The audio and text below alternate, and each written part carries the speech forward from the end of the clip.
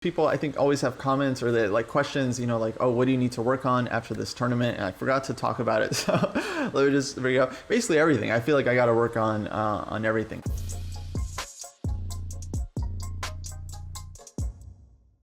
Hey folks, I'm back with the final recap of the round 9 game from the 2024 National Open, which took place this past June in Las Vegas, Nevada. In this final round, I was paired against Nicolas de la Colina, who is, I believe, a junior. I forget what year he was born, but around 2150. And yeah, another just like fairly underrated, in my opinion, junior player that was very, very difficult to meet over the board. So in this game, I decided to play knight f3 as I'd been playing throughout the tournament. Knight f6, c4, and g6. So black goes for either a King's Indian or a Grunfeld. I played knight c3, bishop g7, e4, and essentially we transpose back into the classic King's Indian. There's some variations, some ideas I wanted to try here, so I felt like just playing into the classical kid. Knight bd7. Okay, this is one of the popular lines these days. I think Gawain Jones has this one in his repertoire. And it's been very, very trendy lately. I've played it myself as black a couple times. And yeah, generally white castles here, and the main line these days is for black to play e5 and then bishop e3, something like this. And then we have a very, very complicated strategic battle here. But I decided to start with h3, and my intention for this game was actually to try and eventually castle queenside. So get black to play e5, close the center with d5, and then put my king on the queen side and play the position with opposite sides castling, which I think is a very interesting and very combative way to face the King's Indian. Myself as black, I'm always terrified of a lot of these positions with opposite sides castling, all these h3 lines, f3 lines. Of course, they're very, very sharp and interesting, but also quite dangerous. So e5, d5, knight c5, queen to c2, a5, and we kind of transpose into like a hybrid Makaganov-Petrosian system. Not sure exactly what to call it, but basically closed structure. White hasn't committed to castling yet, which is very important. So now I play bishop e3, and here black plays knight h5, which is a very natural move. But this allows white to do something I've been kind of experimenting in some games recently, which is this exchange with bishop takes c5. And yeah, this is like a pretty controversial one, I think, at first glance for many players, because the long-term thinking in these positions was that black was almost always happy to give up one of their knights for white's dark-squared bishop, pretty much under like any circumstance. Unless it completely ruins the position, you lose 2 pawns. Like trading like the dark-squared bishop for white is generally considered a big no-no. But what can I say? Stockfish has improved a lot in the last couple of years, and now the latest Stockfish just like shows this capture in this exact position, but in other positions as well, followed by long castling. And it's a very interesting idea where white essentially just plays for a full grip on the light squares. Now the point is that it's going to be very hard for black to generate anything with f5, because white will just kind of ignore it, put the bishop on d3. If black ever takes on e4, white recaptures with the piece.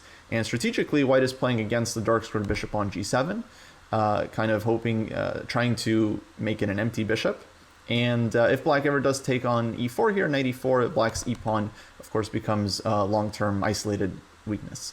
Though not one that white basically ever wants to take. This is an isolated king pawn that you just want to blockade until the end of the game, because you just don't want to let that bishop out under any circumstances. Of course, black has this idea like bishop h6 check, but after king to b1, the bishop doesn't really hit a lot of stuff on this diagonal. It's a little bit annoying for white, but now black does have to worry about like knight takes e5, like you can't just give up this pawn for free. And yeah, long story short, like this bishop on h6, it kind of struggles to be useful. White can just play around it, knight e1, knight to d3, and yeah, lots of different ideas here. So I felt like this is quite an interesting structure to play. Black has a lot of options, and now my opponent plays queen e7, which is a pretty logical move. If you start with knight f6, actually here I think white could take on e5, because if knight takes e4, queen takes e4, I don't think the tactics work out here for black. Okay, there was a nice line here, if I remember correctly. Rook e8, knight c6 is a nice one for white. So we're temporarily up a piece. So if we just trade queens, then white is going to keep the extra piece, or at least give up the knight for some material. And if takes dc is kind of the point. Yeah, essentially white is doing well here. We're getting a lot of squares in the position. Knight d5, knight b5 coming, c7 is weak, and yeah, black's pieces aren't quite getting into the game. So queen e7, and again, black has a lot of moves, but the idea here is probably to bring the knight back to f6, e8, and transfer it over to d6, where admittedly the knight stands well, but white's idea is going to be kind of to try and get a grip on the position, bishop d3, and eventually push g4, maybe h4, h5, and start making headway on the king side, sometimes making headway on the queen side. Basically, like stylistically, it's almost like a Marazzi bind, where white is just trying to restrict black so that f5 isn't good, so that b5 is very hard to get in, and so on. So I played king b1. Black goes back, knight f6. If knight f4, the bishop just retreats to f1, and then white will play g3 anyway and kick the knight out, and then the bishop can come out somewhere. You can h4, bishop h3, and yeah, black doesn't really get a whole lot from this. So knight f6, g4, knight e8. Now I went rook hg1, probably the first move I would reconsider, and instead I think rook dg1 is probably the better way to play this position. I thought maybe my rook is going to be useful on the queen side, but probably it's better to just immediately get h4, h5 in very, very quickly and start playing for counterplay. Although it'll always be tricky, because for example, like knight d6, white goes h4, black goes h6, and this isn't so easy for white to break through, because any way you push the pawn, black will push past and keep the position closed. Generally, you would try to do this kind of thing, but actually I don't think this position is anything special for white. Black is controlling the f5 square really nicely, and we'll never be able to establish a knight on f5. We can put two knights on e3 and g3, but if we put the knight on f5, black will have enough minor pieces to trade it off. And so, yeah, we'll both be left with our bad bishop in that case, and so white won't have any advantage there.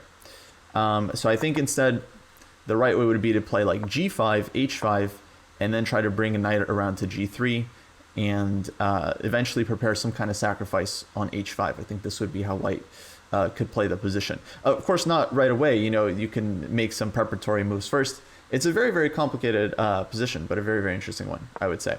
So anyways, rook g1, possibly the wrong rook. Now black goes rook a6, like really interesting, flexible move. Maybe he wants to come to b6. I've had games where my opponent put the rook on f6, so it's definitely very useful rook lift. I played bishop d3, bishop d7, and h4 now. And here my opponent goes a4, useful move. I throw in a3, and knight d6. Knight d6 actually I think is a strategic mistake. I think black should definitely play h6 here, and that would slow white down, because again you have this kind of nice little like Scheveningen style defensive structure where you can just keep the position closed. Because after knight to d6, this gives me a chance to play g5. And now black actually can't keep the king side closed long term. Now I always have h5 to open up the h-file. If f6, of course, I can take either right away or later and keep things open as well. But anyways, h5 is always going to let me open the h-file, and now white has long-term counterplay. So rook b8, looking to prepare the b5 break, maybe with c6. Here I played king a2, but king a2 actually probably not the right square for the king, because on a2 it actually becomes a target, like c6, b5 comes, and then black has ideas of like b4 hitting the knight, and then b3 check, and then my king is very unfortunately placed on a2. So I think king a1 actually would have been better, and the main point is that when black plays b5, black can open up the b file, but the problem is they have to trade off all their good minor pieces to do so. White can follow up with something like knight to d2, bring this knight to c4, and we have one of the greatest knights against bad bishop scenarios possible, right? The knight on c4 is just magnificent, like can't be touched. We have the b4 square under control. The bishop can't get into the game. Black can try to open up the king side, but it's just going to open up their own king.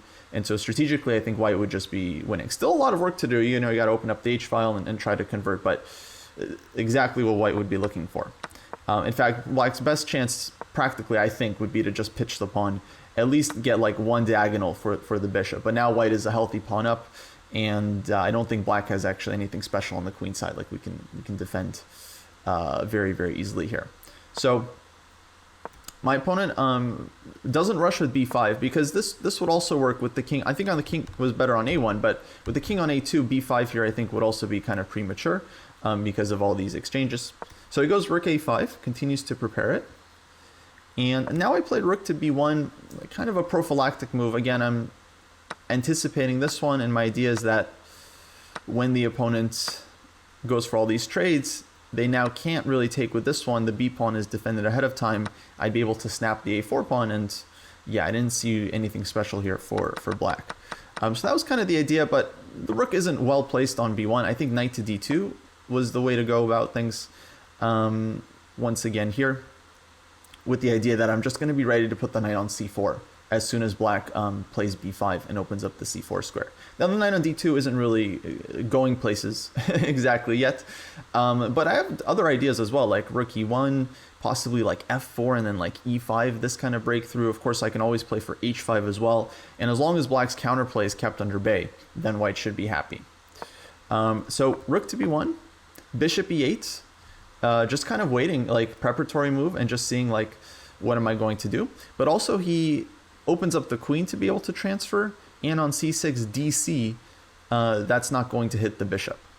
Okay, I play rook g3, also trying to improve my position. Like the rook is going to be useful on the third rank. The rooks can also lift over to the h-file and eventually play for mate. If I get the queen over there as well, that would be even more ideal. c6. Now I go queen to d2, and my point is that if cd5, I want to go knight takes d5 and hit the queen and target this rook on a5. So black would like to take on d5, but not if I can just take back with the knight so nicely. So he goes queen c7, and here I played knight h2. I think this was slow. Basically, I should have just played h5. Actually, a lot earlier too. I should have just gone an h5 and just started getting the counterplay going. I thought I had time for knight h2, knight to g4, but it turns out not so easy. So b5. So finally this one happens. I take on c6, bishop takes c6, I take on b5, and now bishop d7, like very, very, very interesting move.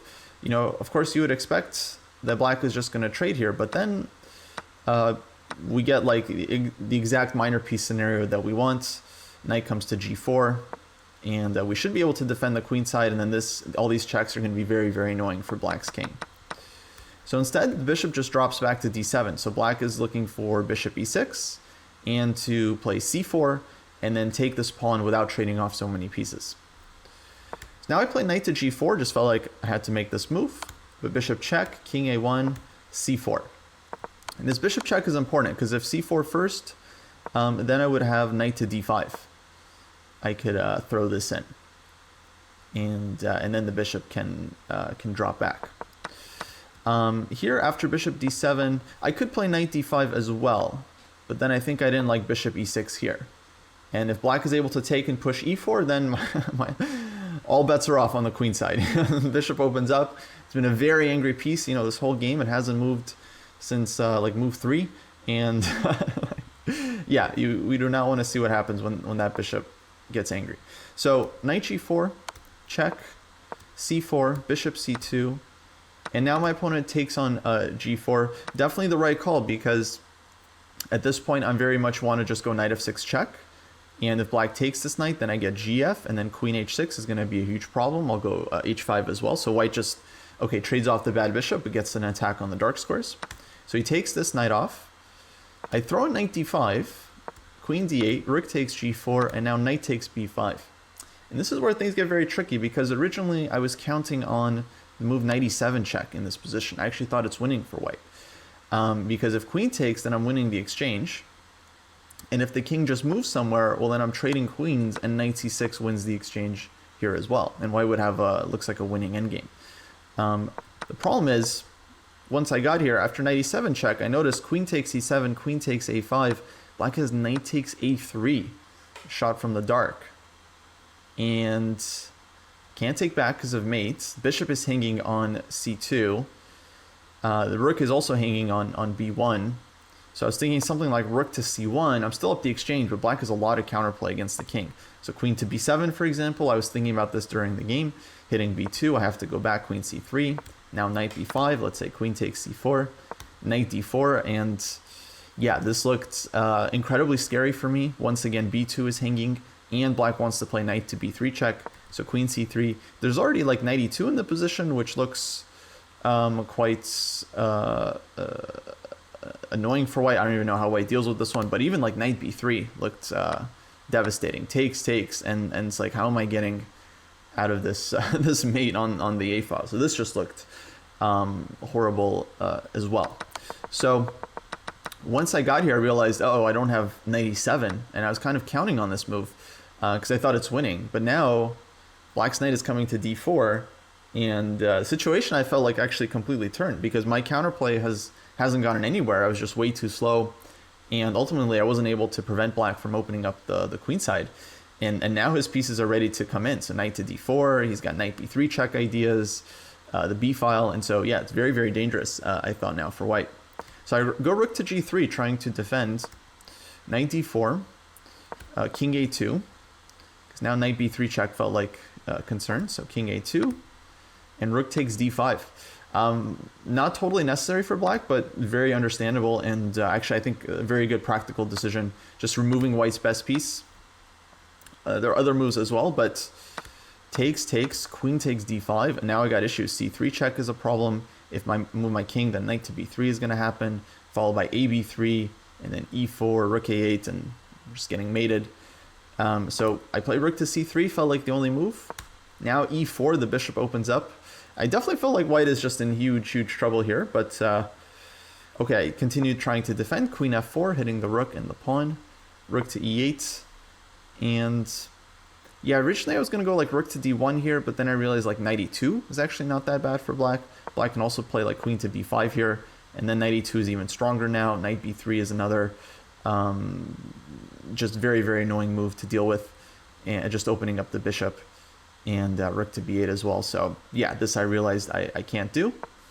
So I play queen d2 back. At this point I would be very happy with a draw, with a repetition, absolutely.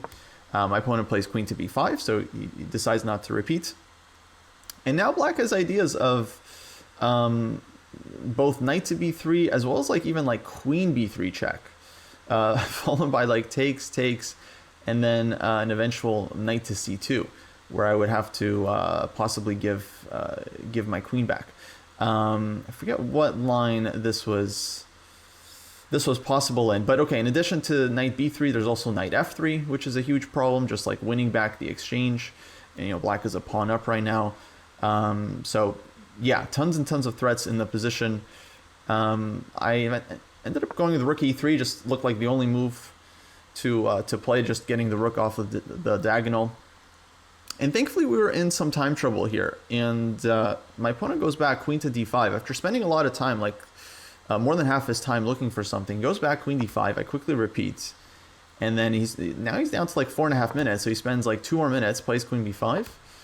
Rook e3, he goes queen to d5, and here I think I either offered him a draw or I claimed a draw, but we agreed to a draw by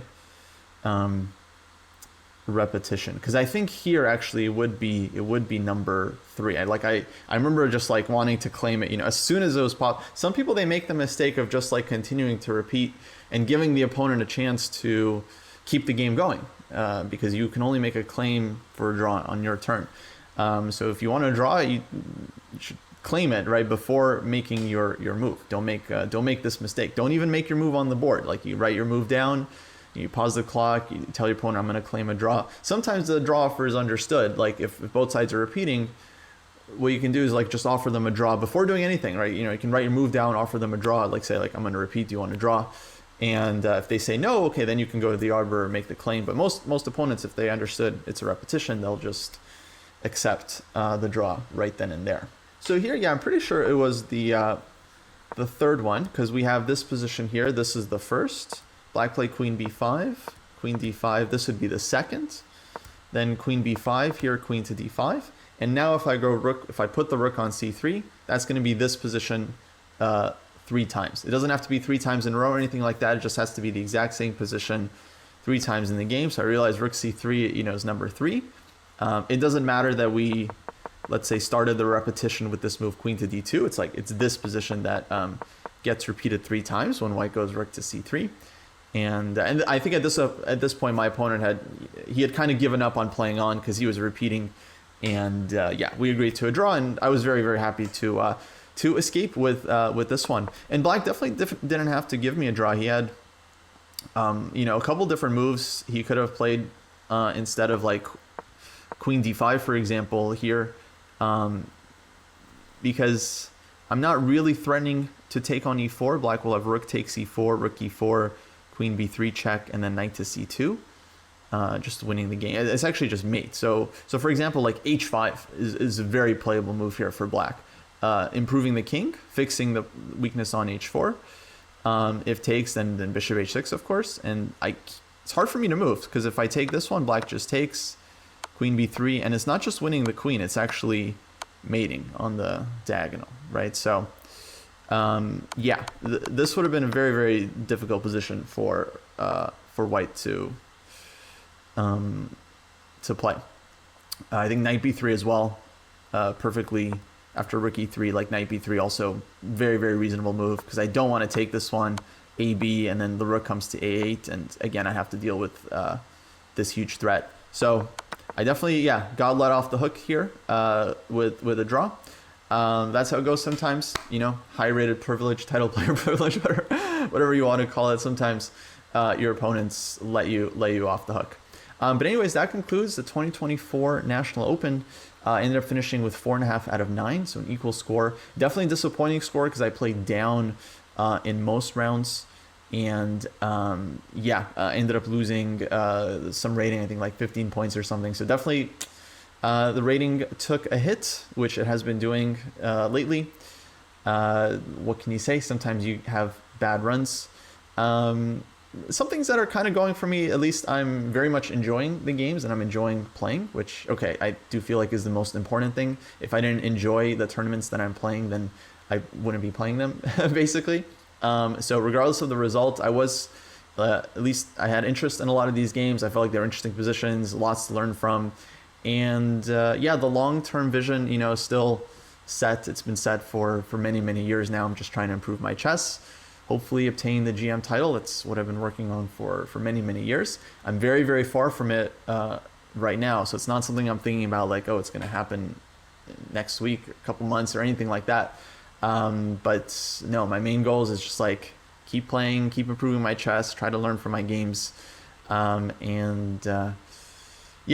the grind up. Since this tournament in Vegas, I actually played another tournament in Corsica, this island off of France. And that was the 2024 Porticcio Open. Right now, I'm actually in the middle of another tournament here in Spain, in Valencia, another open event, kind of halfway through.